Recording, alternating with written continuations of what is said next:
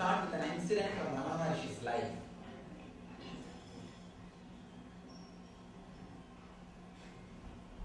In the presence of Ramana Maharshi, every day they used to sing some songs. There is a song, Ramana Sadguru, means praising Ramana Maharshi. So when the song is sung, he himself will sing along with the devotees.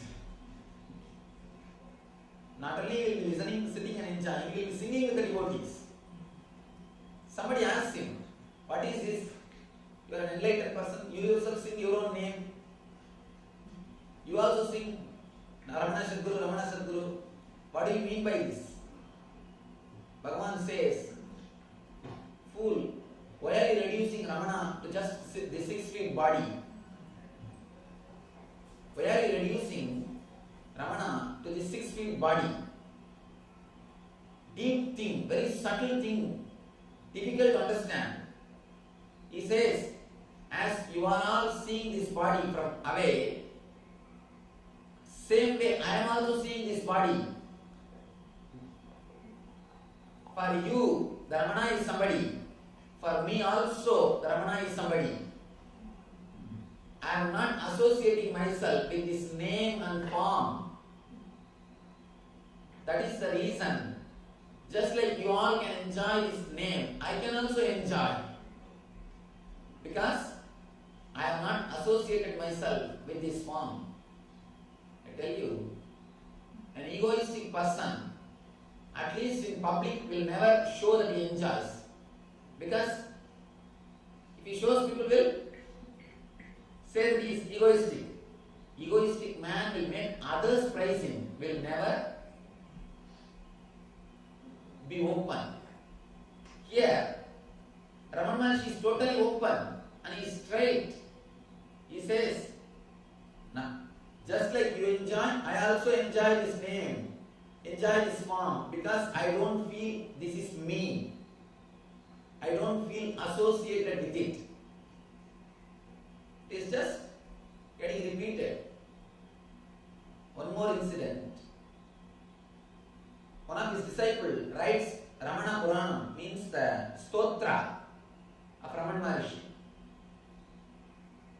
He wrote few lines and somehow he was not able to write. The writer's block. They say author's block or writer's block. So he just brings the paper and puts it at the feet of the master and says, Bhagavan, I am not able to write. Bhagavan says, all right, you go. Let us see tomorrow. Tomorrow when the author comes back and sees, his name is Murugana. When he comes back, he sees that complete poetic poem is completed. Bhagavan himself has wrote and completed. 300 lines he himself wrote and completed the whole poem. He was surprised. Bhagavan himself wrote about himself. His own stotra written by himself. Then when he published, when it came out as a book, the author, he put a small footnote from this line. Bhagavan himself wrote. Just so that the devotees will be aware that he is his own words. The book first copy was taken to Bhagavan. Bhagavan just sees the book and says, and he sees that footnote. From this line Bhagavan himself wrote. Then he turns to the disciple and asks, oh, the other lines are written by you.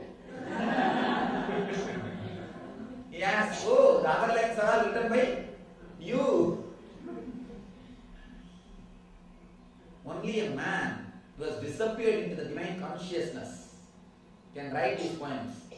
Bhagavan says, when you wrote all these things, it is me who wrote through you. You cannot sing about me. You cannot write about me. What do you know about me?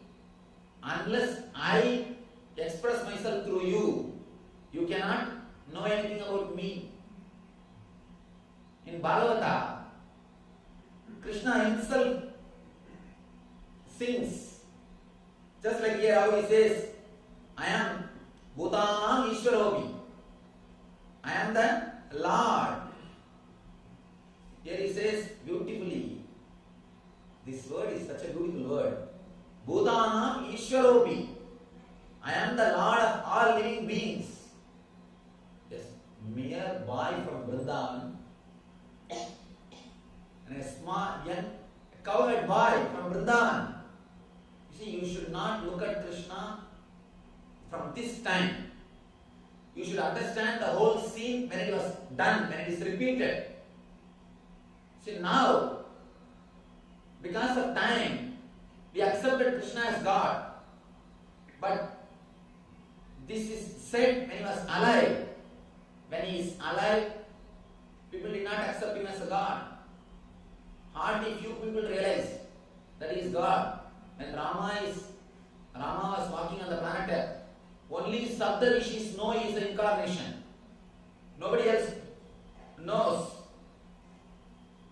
Same way, when Krishna was alive, at least Rama lived a little decent life. So, it is little easy for people to realize. But Krishna lived such an ecstatic life. It's very difficult to realize Krishna. For a social, intellectual person or a so-called religious person, very difficult to realize Krishna. Very difficult to understand Krishna. But he says, Bhutanam Ishwaropi, I am the Lord of all living entities. Naturally, it will be difficult for them to understand. It will be very difficult for people to understand. Somebody asks him, why are you speaking about yourself? Why are you expressing your glory? Then Bhagavan says, if I don't tell about me, you can never understand about me. Unless I reveal, you can never realize. Unless I express, you can never understand. Just out of my compassion, I express the truth. I express myself. It is like you are going somewhere. You see a traffic jam in the road. You know one of your friends is ahead of you in the same road. If you ring up and ask him, how do you feel in that place? Is there any traffic jam? Can I come in the same road or should I take some other road? Will he not have a simple basic courtesy to guide you? He will surely have a basic courtesy. He will tell you, no, this route is okay, you come in 10 minutes, everything will become alright. In this area there is no traffic. Some instruction he will give you. He will guide you. With the same basic courtesy, Krishna is revealing his truth towards you. He is revealing his truth to all of us. He is revealing his truth to us. A simple basic courtesy of helping the fellow travelers. Here, when he says, I am God, I am the ultimate, he says, there is a possibility when I can achieve, why not you? Here he says, he shows the possibility. He gives us the courage. He encourages us. When I can achieve, why not you? It's like a seed is always afraid of breaking. Always feels, if I break, if tree doesn't happen, what will happen? I'll die. But the tree says, unless you open, I cannot happen. Unless the seed opens, tree cannot happen. Seed is waiting, seed says, no, let the tree happen, then I will open. But the tree says, no, first you have to open, only then I can happen. The problem between the tree and the seed continues. Somebody is necessary to give little courage to the seed. The seed which was seed once and now which has become tree. one tree comes and says, "Oh seed, don't worry, open. I was also a seed. I opened. Today I became tree. Be courageous. Don't worry. You will never be perished. Open. Just like me, you will also become tree." How the tree gives the courage to the seed, same way Krishna gives courage to us. You can also become God like me. You can also experience the truth like me. When he says, "I am the ultimate," he expresses the possibility. He shows us the possibility. He again and again reminds our potentiality. He inspires us to enter into the same consciousness.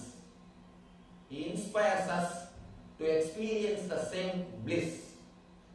He shows us the way or the truth which we need to experience.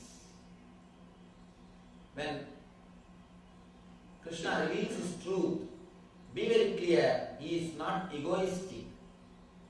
He is expressing his truth he is expressing his true nature out of simple basic courtesy to fellow travelers. How the senior tree is encouraging the junior seed to open up and become a tree. The tree is an assurance for the seed. It says, "Don't worry, I have become tree. You can also become like me. You don't have to feel you will disappear." It is assurance. That is why again and again I tell you, when Krishna says, "I am God," he means you are God. When he says, "I am God," he means you are God. He gives you the courage. He encourages you to enter into the same experience. And one more thing we need to understand. As I was telling you, Ramana Maharshi says, "Why do you reduce Ramana into the 6 feet body? Ramana is far more superior, far more higher than the 6 feet body." When enlightened masters say, "I," they don't have any meaning behind that "I." Only the divinity speaks. For a normal man, when he says the word God, it is just a word, there is no meaning behind it. At the most, some imagination about God, that's all. There is no solid meaning behind that word. For example, when you say God, the word has no meaning. It is just mere empty word, supported by some imagination. But when you say I, you have a solid meaning for it. You have solid meaning. When you say I, you know clearly what you mean. But when you say God, you don't know what you mean. The emotion or the understanding is not supported. The word is not supported by the emotion or understanding or experience. But with enlightened people, when they say God, it is a solid experience. And when they say I, it has no meaning. It is just for utility. It's an empty word. Because they can't use any other word, they have to use some word. They use the word. They use some word. No other way. That is the reason they use the word I. There was a great enlightened master, Nisargadatta Maharaj, in India. Somebody goes to him and asks, "Master, you say enlightened people don't have karma, but how can you speak? How can you do all your activities if you don't have karma?" He says, "I am not doing anything." The disciple asks, no, you are speaking with me. How can you speak with me if you don't have karma?" Nisargadatta Maharaj says,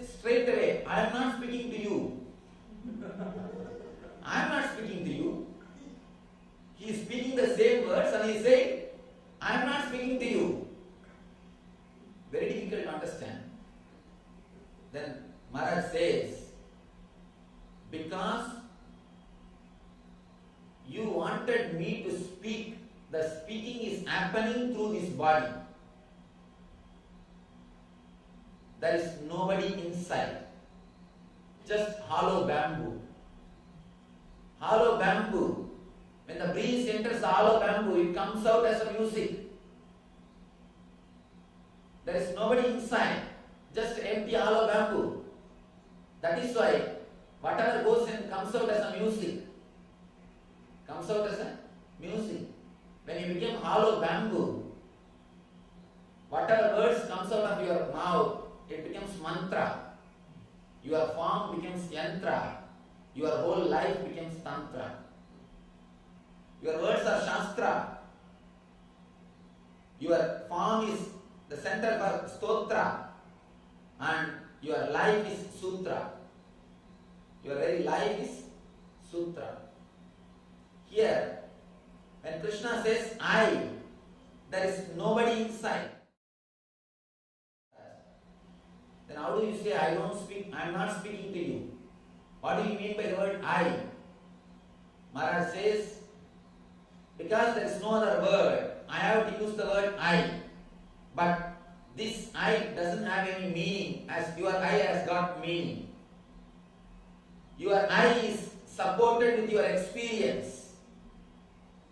When you say the word God, it is empty word. It is not supported with experience. When you say the word I, it is supported with solid experience. You know it. You feel it.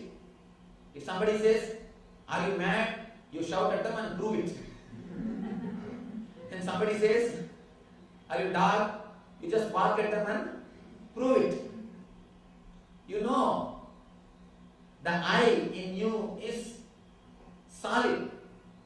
It has got meaning. But when you utter the word God, it has no meaning. It is superficial. Some imagination, which you read in some books, which is taught to you in some discourses, which you heard when you were small boy from your mother. That's all. But when enlightened people, enlightened masters, they say the word I, it has no meaning. How the word God is empty for you, the word I is empty for them. There is no meaning. And when they say the word God, there is a solid experience for that word. Here, when Krishna says I, there is nobody inside. It is pure emptiness. Just the divine speaks through him. Just the pure existence speaks through him. He has become hollow bamboo. He has become pure energy. That is why courageously he can declare. He can say in a battlefield, in battlefield he says, Bhutanam Ishwaropi.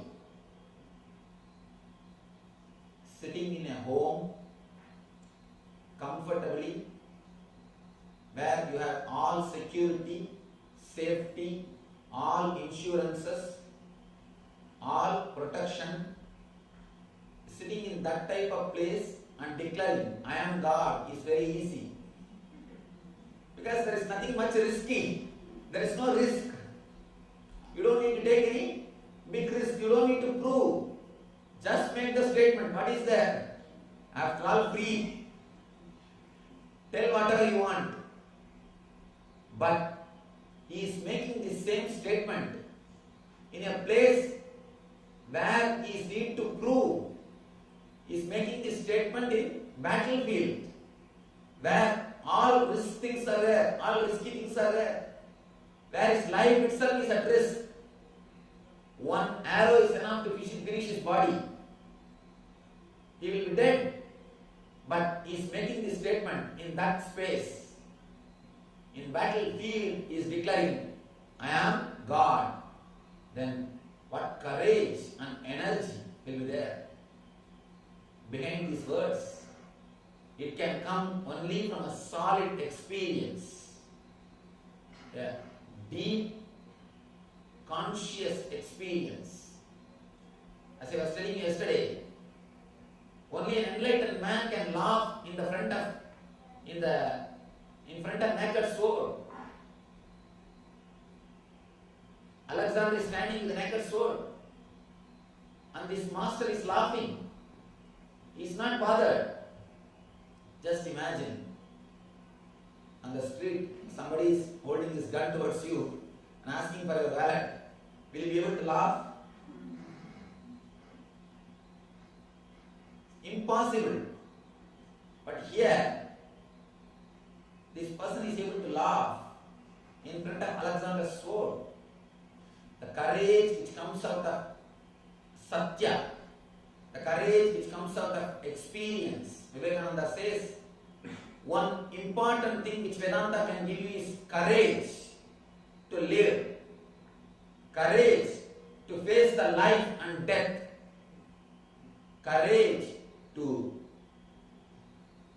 see the whole existence, courage to face the whole existence. One of the great disciples of Vivekananda, Sister Nivedita, she asked Swamiji, Swamiji, if I come with you, what will you teach me? What will you give me? Vivekananda says, I'll teach you how to face death. That's the ultimate teaching. Here, Krishna is giving that ultimate teaching in this 2 sloka. He says, Yada yada vidharmasya glanir bhavati bharata abhyutthanam adharmasya tadatmanam srajamyaham paritranaya sadhunam vinasaya cha dushkritam dharma samsthavanarthaya sambhavami yuge yuge. Then the next statement, that is very strange. Janma karma chame divyam emam yovetti tattvataha tyaktva devam punarjanma naiti mameni sochana. O Arjuna, if you understand the secret of my birth and death, if you understand the secret of my birth and death, you will be liberated from birth and death. How? Let us see the secret of the birth and death of Krishna. How we all go through the birth and death cycle. Now, just like how Krishna made a statement, I tell you this because you are my devotee and friend. Now I have to make a statement again. Here I am going to speak something which is beyond logic, purely experience. Before speaking, I take a oath, whatever I am speaking is truth. Because whenever the ultimate truth is uttered, whenever something beyond our logic is uttered, we never receive it. Please be very clear.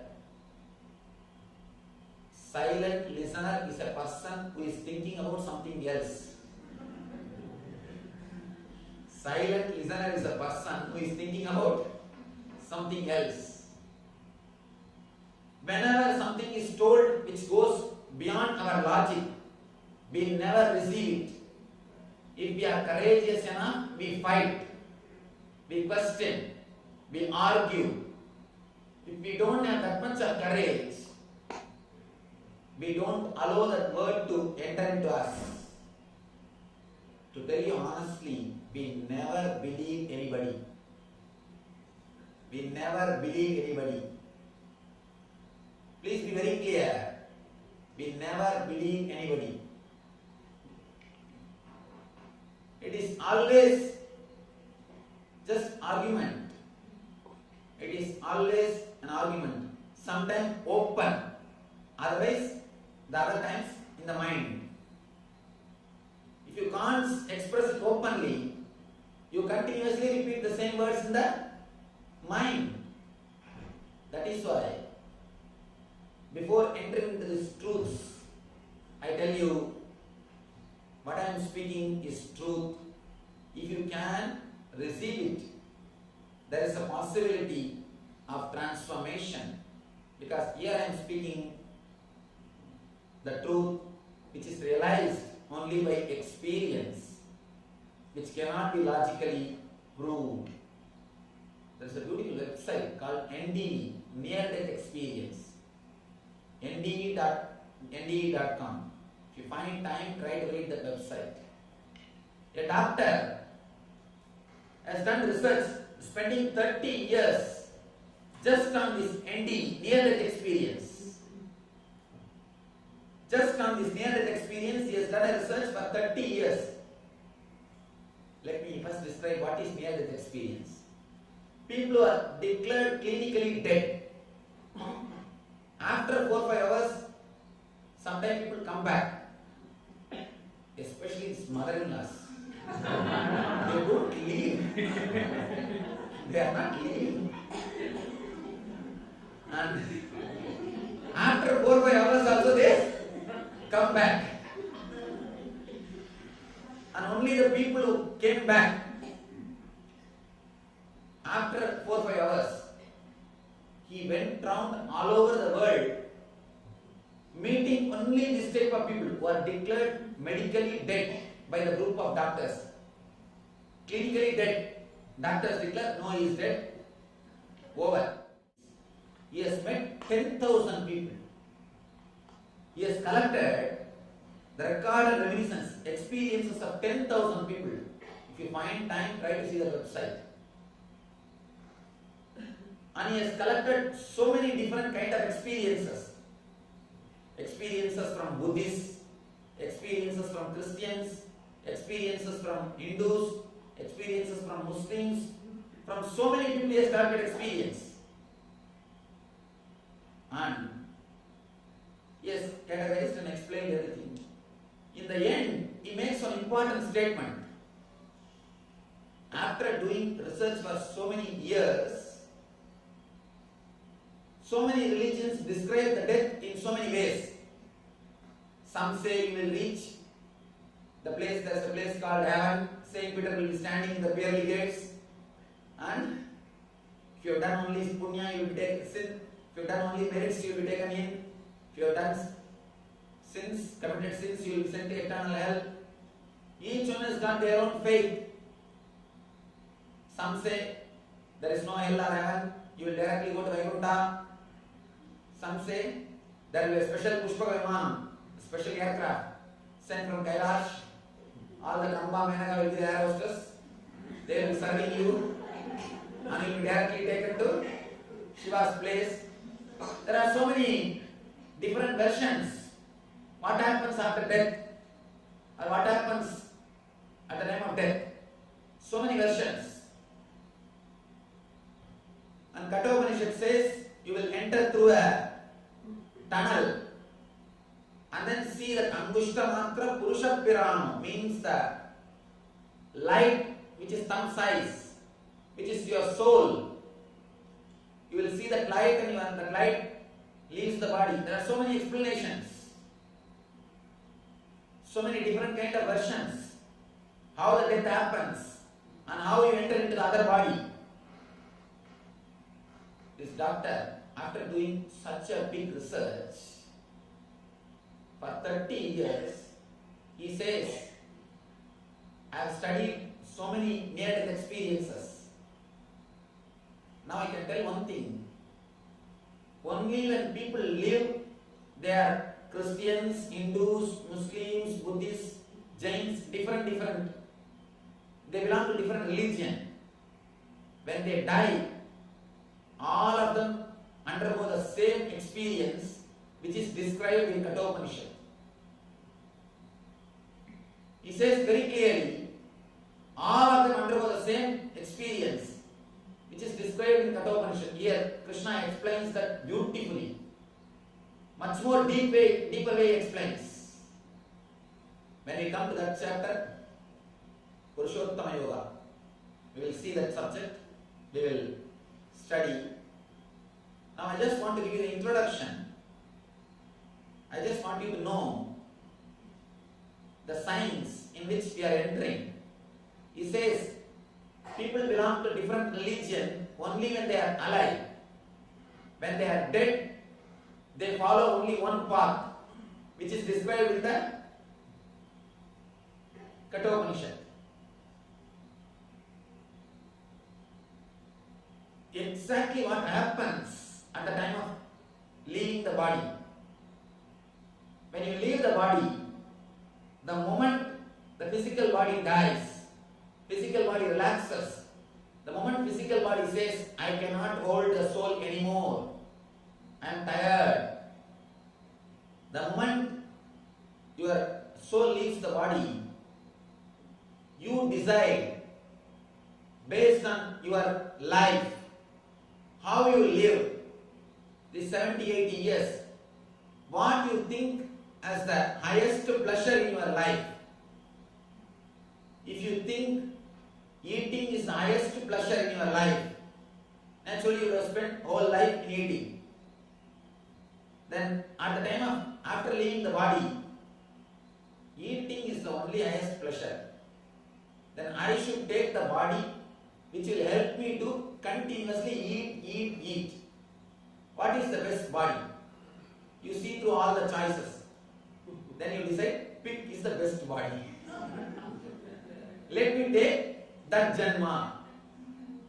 If you thought that sleeping is the greatest happy, joyful experience in your life, live your whole life in sleeping, tamas, then you think, I think that is the best experience in my life. Why not take the buffalo body so that I can spend my whole life in sleeping? Whatever you think is the greatest experience in your life, or to enjoy which sense you spend more energy, maximum time, maximum part of your inner space, you decide your next birth based on that desire, based on that point. Please be very clear, nobody else decides your birth. It is you who decide. Simply you choose. It is clearly conscious decision of your individual soul. I am ready for any of your questions. Naturally, this is a very, I can say, controversial subject. Very difficult to understand. But after this, any question you have, you are welcome to write and put in the box. Surely I will answer, respond to all your questions. But you need to understand the science of birth and death, the mystery, secret mystery of birth and death. Here Krishna says beautifully, here I am telling you the secret thing. Krishna says the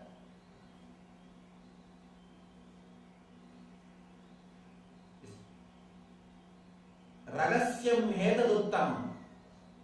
I am telling you the mysterious, ultimate science. Oh my dear devotee and son, my dear devotee and friend, Bhaktosi me saga cheti Ragasyam Hedaduttam. I am telling you the ultimate mysterious science. If we can understand this one thing, how we take birth, by analyzing this concept with question answer, understand? Now I made few statements. You take birth based on your desires, based on how you live. Birth and death is your conscious decision. These are all few statements I made. We will analyze these statements with a question answer. Only then we will be able to internalize it. If you just hear, it will not go inside. I always encourage people to put questions, because only when you put questions, you will be able to relate with that idea. Never think asking questions. If we ask some question, people will all look at us. We may look like a fool. If you ask questions, You may look like a fool. If you don't, you will be a fool. Better to look like a fool than to be a fool. We will analyze this whole concept, the secret of the birth and death, the mysterious signs which Krishna delivers through our question and answers. Then we will be able to internalize this truth. If this truth is understood, you will immediately, the moment you will feel the life is a blessing. The life is your decision. Please be very clear. Including poverty is your decision. Don't think poverty has been forced on you. Don't think poverty has been forced on you. Even that is your decision. When we take birth, we assume the body. We take birth based on our fear and greed. One side the greed is pushing. Let us become son of a king. Let us become the son of a rich man. The other side, your own fear say, no, I can't take so much of responsibility. Please be very clear. Along with money, big responsibility of protecting it comes. Along with money, the big responsibility of protecting the money also comes. That is why Lakshmi is handed over to Vishnu, who is protector. The Lakshmi is neither with creator, Brahma, nor with destroyer, Vishnu, the Shiva. She is with protector, who is Vishnu. Along with Lakshmi, wealth, money, the responsibility to protect it also comes. Most of the time, we don't want to take the responsibility. We want only the enjoyment. You want only the enjoyment. You don't want the responsibility. That is where the trouble starts. The person who is ready to take the responsibility and enjoyment will never miss, will never be deprived. If you understand the secret, mystery clearly, this moment you will feel your life is a blessing. It is not curse. Usually we always blame the life. If I am given chance, I would have made this world much better than as it is now. We always think we can develop on this creation. Be very clear. Surely God is much more intelligent than us. Surely God is much more intelligent than us. Whether your life or the existence, He has done the maximum what can be done. Because we don't understand the mystery of our conscious decisions, we continuously blame the life and the person who gave this life to us. Let me tell you one small incident. It really happened. In America only it happened. One small boy with autism problem. Autism, you all know. All these words are very common here. In India, all these words are very rare. In India, the names of disease are also very rare. Here only I am hearing all new names. With a small kid with autism, maybe 7-8-year-old boy, he was brought to me for healing. The father mother requested me, Swamiji, please heal him and help him to become alright. I put my hand on his head and started healing. Immediately, the boy started talking to me in Tamil, in my mother tongue. The family doesn't know Tamil. He doesn't know even a single word Tamil. He is from other region. Parents are shocked. They say, we don't know how he knows Tamil because we don't know Tamil. Simply the boy started speaking in Tamil to me. Very clear way. They say even in English he will not speak fluently. 1 or 2 words only he will utter. Straight away he started speaking to me. And he says, stop healing. In Tamil he said in a very slang way. Tamil, he said in a very slang way. And he said, he told me, stop healing. I was shocked. First of all, to listen Tamil from him. And clear words, stop healing. I was shocked. Then I told him, why are you asking me to stop healing? I thought some evil spirit is there inside his body. Maybe some other spirit.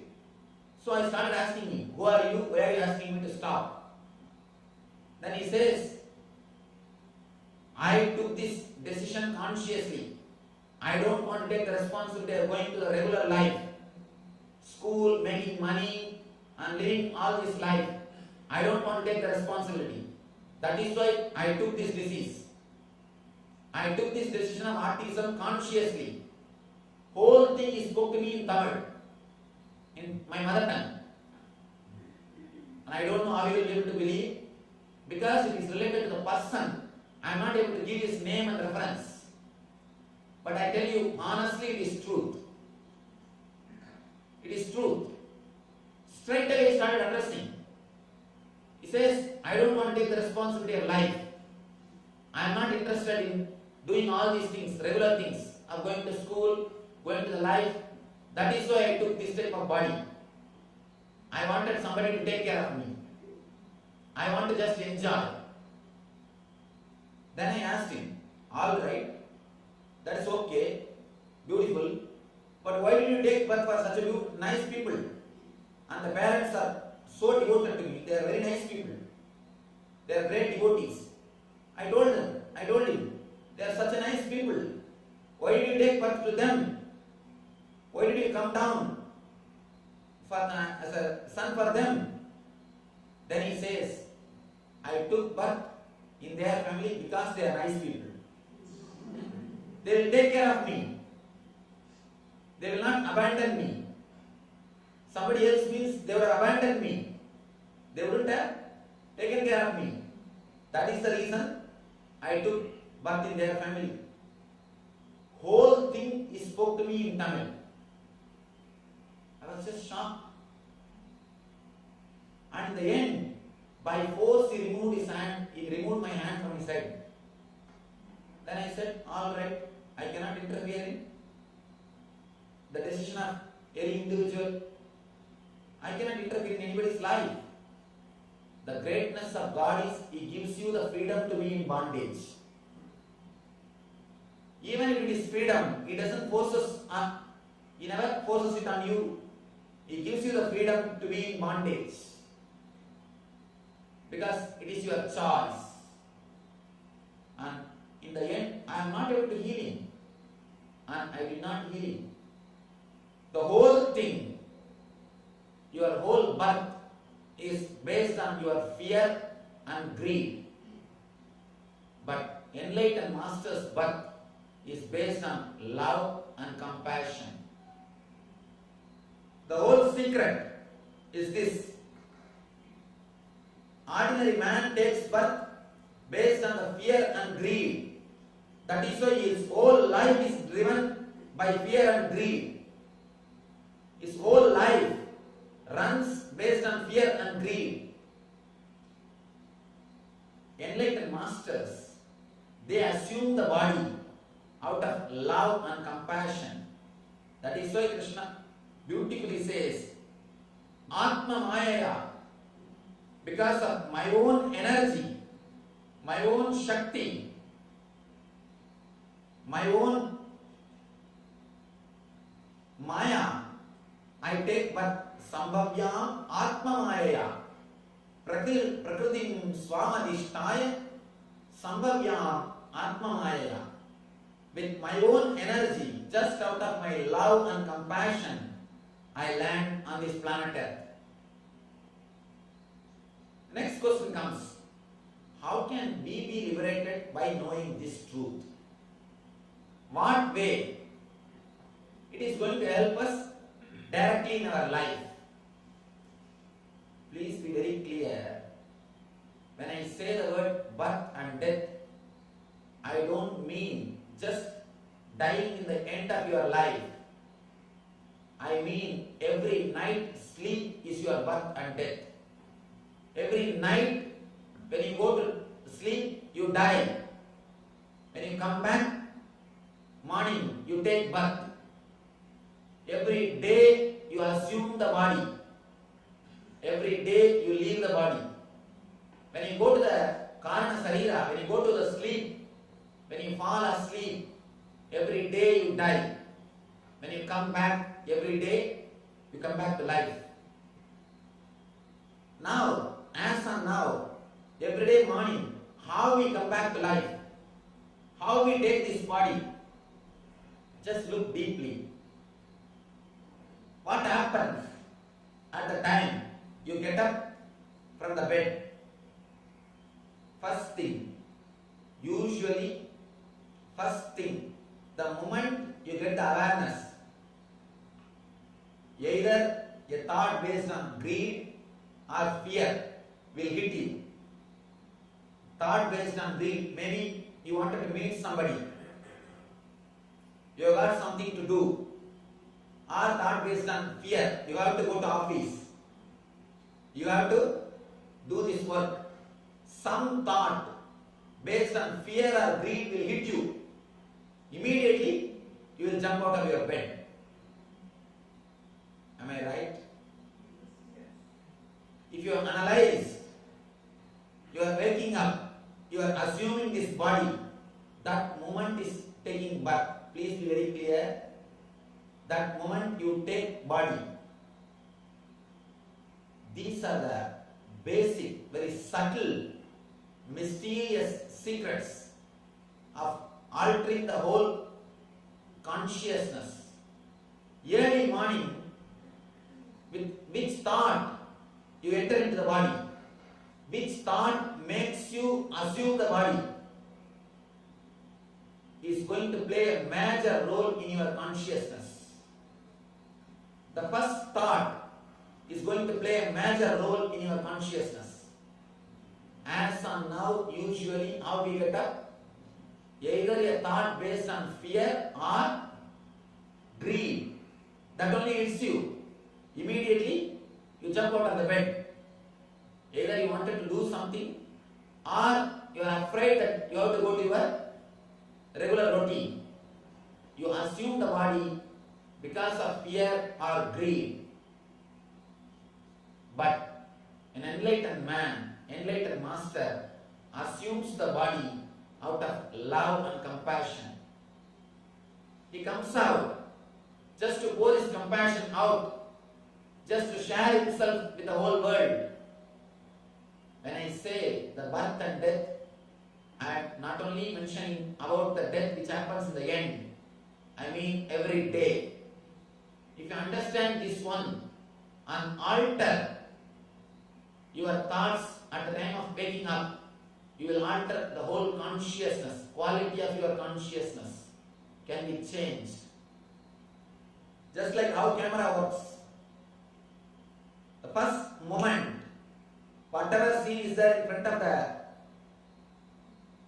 camera eye, that is recorded in the film, that will stay there forever. Same way, the first moment of your consciousness with which you assume the body, you enter into the body, that moment with what thought you enter into the body, that plays a major role the whole day on your consciousness. When you get up from the bed, the first thought, let it be related to love and compassion. Let it be related to a deep, divine, spiritual thought. Get up only to express your life in bliss. Get up just out of joy.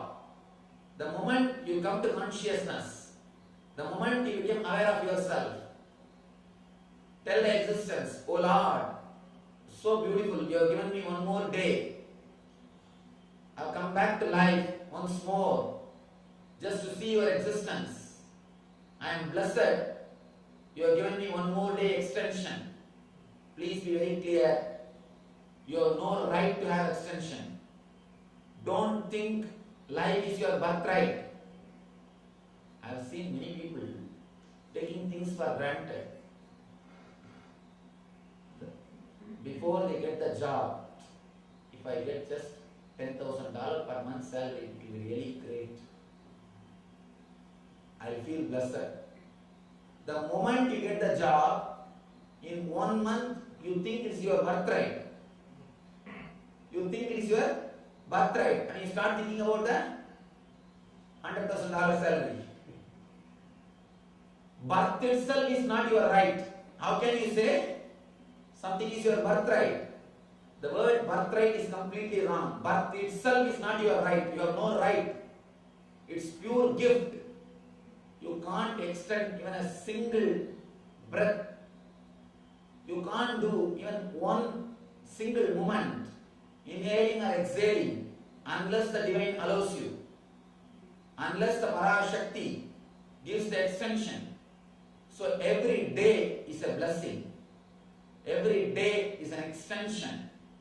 When you get up from the bed, get up, come out of the bed, assume the body with this gratitude to the divine, your whole quality of consciousness will change.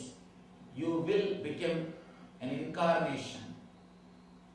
Here I am giving you the straight technique.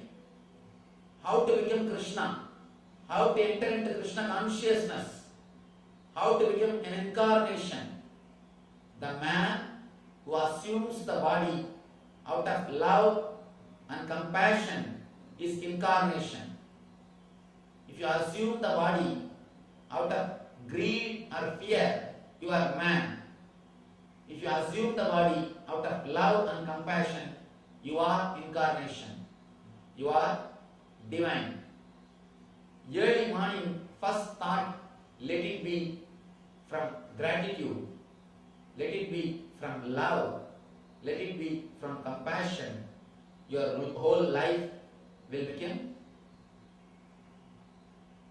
pure, eternal bliss. Your whole life will be a different consciousness. I was explaining the secret of birth and death, how we go through, how it is our conscious decision, how it is our choice. Please be very clear. Your whole life is purely your responsibility. Nobody has forced anything on you. It is completely your responsibility. You who is taking the responsibility of your whole life. It is not forced on you. It is your decision. Always people ask me, then why do we get into accidents, Swamiji? Please be very clear. Including accidents are your choice. I am making a bold statement. Including accidents are your choice. You can put your questions. I will explain the question tomorrow. When we see the questions, then you will understand this truth in a much more deeper way. Here, I wanted to stop by presenting this hypothesis. I am presenting the secret science as a hypothesis.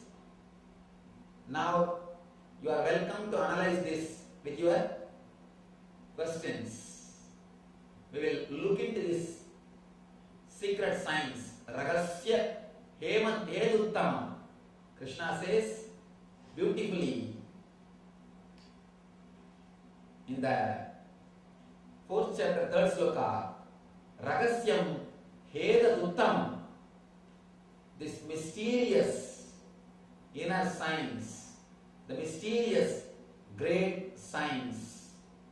We will analyze this science with your questions. Before ending the session, I will answer these few questions which is presented, given by our devotees yesterday.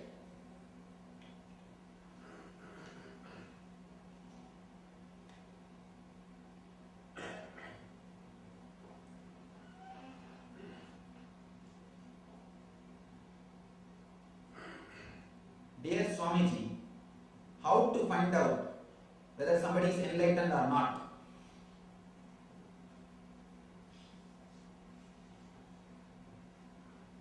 Arjuna asked the same question.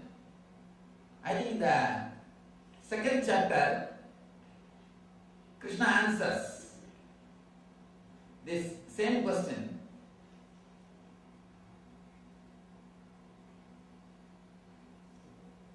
Let me give you the sloka. Yes. Arjuna asks,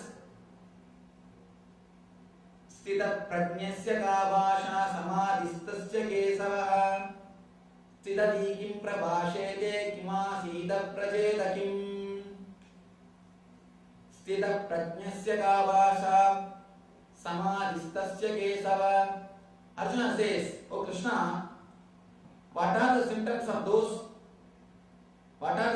of one whose consciousness is thus merged in transcendence? How does he speak? And what is his language? How does he sit? And how does he walk? This is the question from second chapter. Of course, the second chapter, Arjuna is not ready to even relate with Krishna. That is why Krishna is explaining about enlightenment. Immediately Arjuna asks how to find out whether somebody is enlightened or not. How an enlightened man will walk and sit. Actually he is addressing this question to find out whether Krishna is enlightened or not. For example, he says, these are the qualities of enlightenment. Immediately Arjuna is asking, Krishna explains about enlightenment. Immediately Arjuna is asking, how an enlightened man will behave, tell me. It means what? First thing, he is doubting the Krishna's authority. He wants some scale with which he can measure Krishna. But one important thing, even though out of compassion Krishna tries to answer here logically, you cannot logically measure. That is the ultimate truth. Just out of compassion, Krishna tries to give some idea. Actually, Krishna is just postponing the question. He is not answering it. There are 2-3 methods. Actually, one person came to me and he asked me, Swamiji, please tell me how to realize God, how to achieve God, teach me something about God, Atman. I just told him, please come and sit. How are you? You are from where? What you are doing? What your wife is doing? How is your family? I started talking. And he also started talking something. Conversation went on. After that, he was with me more than 3 hours, but he did not raise the subject again. He forgot the very question. He did not even remember the question which he asked. He did not even come to the subject. Then understand how much this question is important for his life. How much this question is important for his life.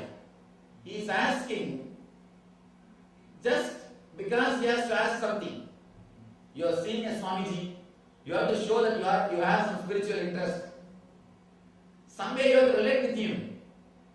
And you have to show you also know few words. I have seen few pandits. They come and stand in front of me and recite long, big terminologies. Big words. One guy came to me and asked me, Swamiji, tell me the mantra. How to do Vasya, Ashta, Rasabja, Mahalakshmi, Durga Devi.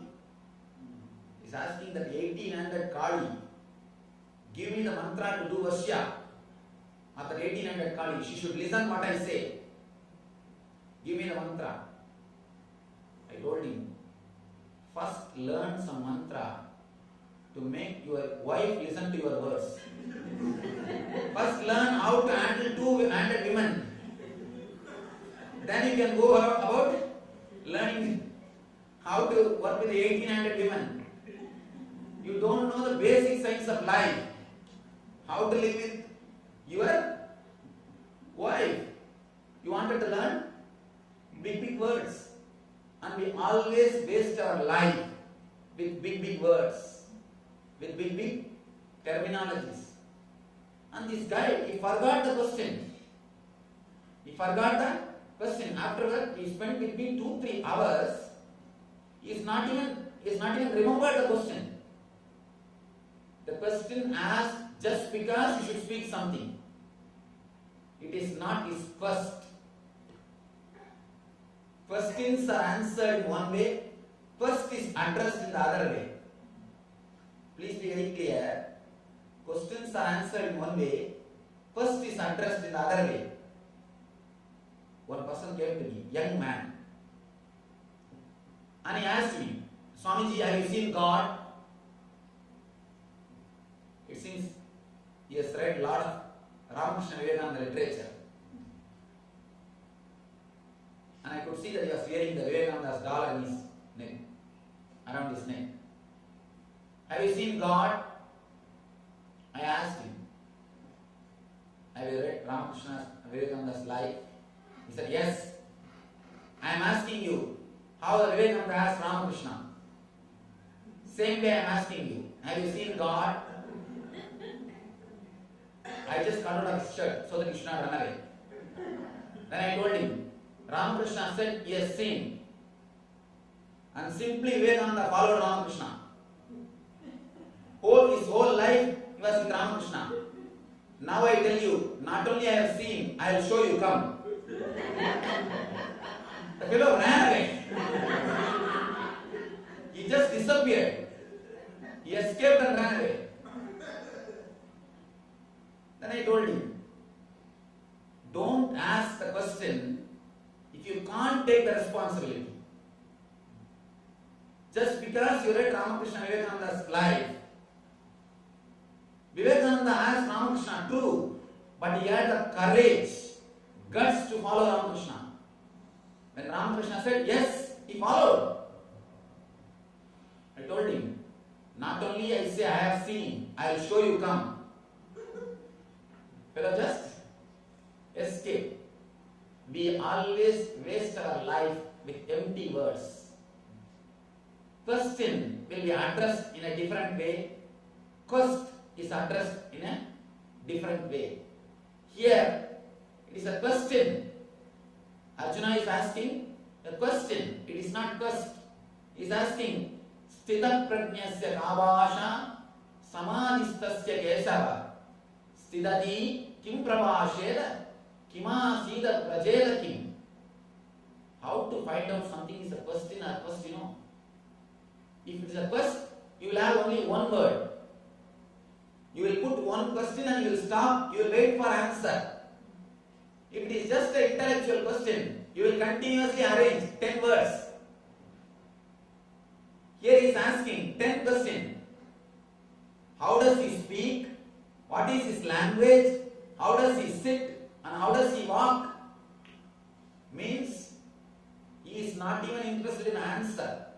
If you are interested in answer, you will stop with the first question. You will wait for the answer. Then you will put the next question. But here he goes on putting the questions.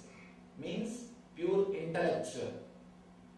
Arjuna is on the process. He is on the process. Arjuna, then Krishna starts. Of course, please be very clear, Krishna is not answering. He is just postponing the question. He knows answering this question is no way going to help. So he is answering in such a way, neither Arjuna will feel he did not receive the answer, nor the Arjuna can come to a conclusion with this answer. Here he is giving an answer. Prajahadi yada kaman sarvan partha manogatan atmanye atmanavishta sthidaprajnasta docchate. He says, Partha, when a man casts off and controls all types of desires and selfish deeds which arise from the mind, and when he remains satisfied with himself in his consciousness, in his eternal bliss, then he is said to have a stable mind and voice. Alright. How many of you can find out with this scale whether somebody is enlightened or not? Tell me. Here is given the answer. Can any of us use this answer? After answer you will have more problem than before answer. Actually, sometime by giving answer you will create more questions than before the question was there. Originally, if Arjuna had 10 questions, after this answer you will have 20 questions. Because the answer says, who is completely established in his own consciousness, who is satisfied in his own consciousness, he is said to have stable mind and voice. And he is telling, he is said to have. He is not giving from his experience. He could have said, he is Siddhaprajna. But he is not telling that. He is believed or said to have stable mind and his voice. He is just trying to escape, putting the blame on the tradition. He is not directly coming the front. He is not confronting the question directly. He is just passing it away. He is just passing it away. Ramakrishna, whenever a close disciple asks for some boon, he will tell, don't worry, I will take care. Whenever he wants to avoid somebody, he will tell, go to Kali and pray. Go to Kali and pray. He will tell them, no, go there, go to the Dwaras Mandir is there, go there, the Kali is there, go and pray. He will not put himself front. He will just avoid. That's the same thing Krishna is doing here. He is saying, it is believed, so that if some more question comes, he can always escape. Next sloka. Dukkeshvanu, Vignamana, Sukeshu Vikadaspruha, Vitaraga Vayakrota, Siddhadir Muni Ruchade. Translation goes, one whose mind remains free from emotional agitation, even in miseries, and does not search for pleasure, and who is free from attachment, fear and anger, is called an enlightened man who is in eternal bliss, eternal consciousness.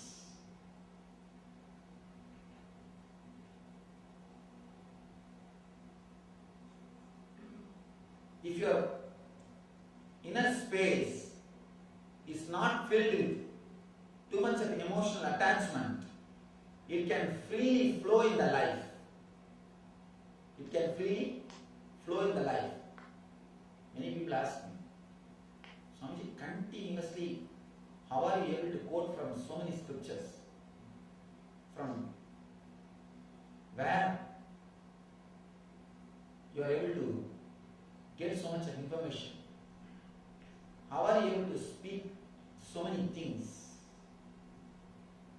I tell them, very simple secret. So many people ask me, how are you able to have such a sharp memory? Give us some technique to have sharp memory. This is the ultimate important technique to have sharp memory. How to have sharp memory? Just drop the emotional attachment. It's just how computer works. If your hard disk is filled with high resolution photographs, what will happen? It will crash. If it is filled only with the Word document, you can handle any amount of memory. Your emotional attachment makes Word document into high resolution photographs. Word documents are transformed into high resolution photographs, high resolution pictures by your emotional attachment to it. When you emotionally attach to it, again and again you remember only that. That portion takes away majority of your inner space.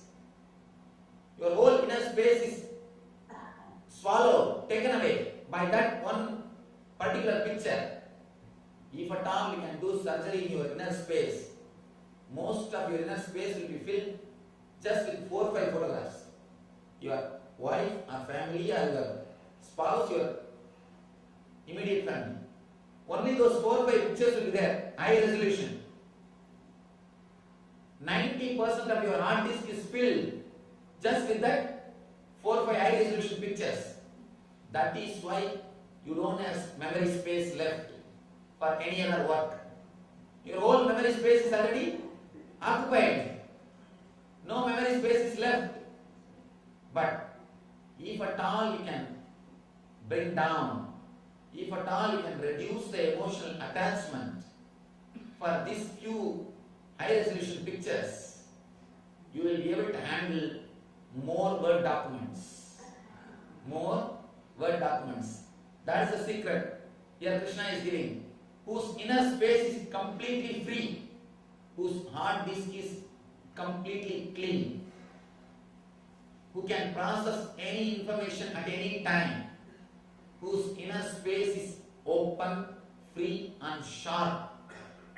He is called Sthita Prajna. He is called the person who is in eternal consciousness. These are all few answers Krishna is giving for Arjuna. But I tell you, with this scale, you will never be able to find who is enlightened or who is unenlightened by using the scales intellectually. Simply impossible. If you want an honest answer, I can tell one thing. You can never find logically. If somebody is enlightened, when you see him, simply something will happen inside your heart. Beyond your intellect, your whole heart will fall in tune with him. Simply you will not be able to forget him. You will be pulled. Your whole being will be attracted. Your whole being will be automatically filled by him. You will not know what is happening to you. You yourself will not be able to understand, analyze logically. You will be just waiting. When can I see him next? When can I see him next? Simply your heart will fall in love. I can say, with masters you raise in love. With ordinary people you fall in love. With masters you raise in love. Simply something will happen in your space. Beyond your control, beyond your logic, your heart knows he is enlightened. Simply you can't say no to him. Be very clear. If that happens, that person is going to help you. That person is going to show you the life. That person is your master. If that doesn't happen, don't bother. Continue your search. You will meet the right person. Continue your search. You will meet the right person. Don't bother who is enlightened, who is not enlightened. Intellectually you cannot find out. If somebody is going to help you, simply your heart will fall in tune with him. If it falls in tune with him, even if he is not enlightened, he will help you. You will be helped by him. Even if he is not enlightened, you will be helped by him. If your heart has not fallen in tune, even if he is enlightened, he is not for you. Forget about it. So, you don't have to use your head at all. Just relax. Your heart knows how to show you the right path, how to guide you in the right path. Your heart is the judge which will guide you automatically at the right time, in the right moment, towards the right person.